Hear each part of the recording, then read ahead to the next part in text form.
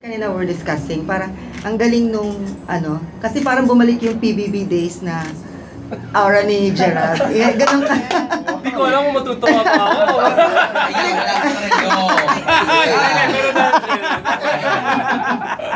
Parang sa camera po ba? Or what's the magic behind? Pinabata niya ako ng 10 years. Hindi ko alam. So, na-shoot na nila yun pagpasok pa lang ng PBB. May cover talaga siya. As in sabi ko gusto ko naman beauty shots talaga. Pero, alam mo yun, hindi naman pang beauty lang naman yun eh. I think it's his aura. Parang siguro nagkataon na Oo, kasi kahit naman anong gawin mo sa di ba? Camera ko yung aura ng tao Whack. So yun, so I think it's him. Yung aura ko pang PBB. Congrats for that. Ang gabo-gabo talaga ni Gerald nung pinapanood ko yung trailer. And last na lang, for Gerald, kamusta naman yung, may level up ba sa part mo since you're paired with Liz Ken this time? Level up? Or what extra effort you made?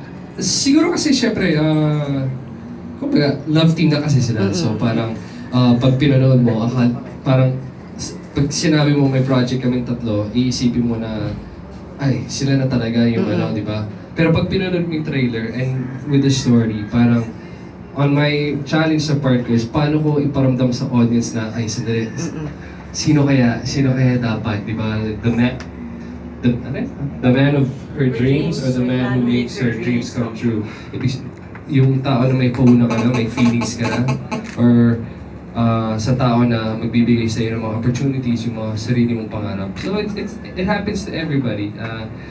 So yun yung challenge ko is every time pag napanood mo ako sa eksena or pag napanood mo ako sa trailer or sa movie, yung feeling na makukuha mo, parang, sino kaya dapat, diba? Who deserves her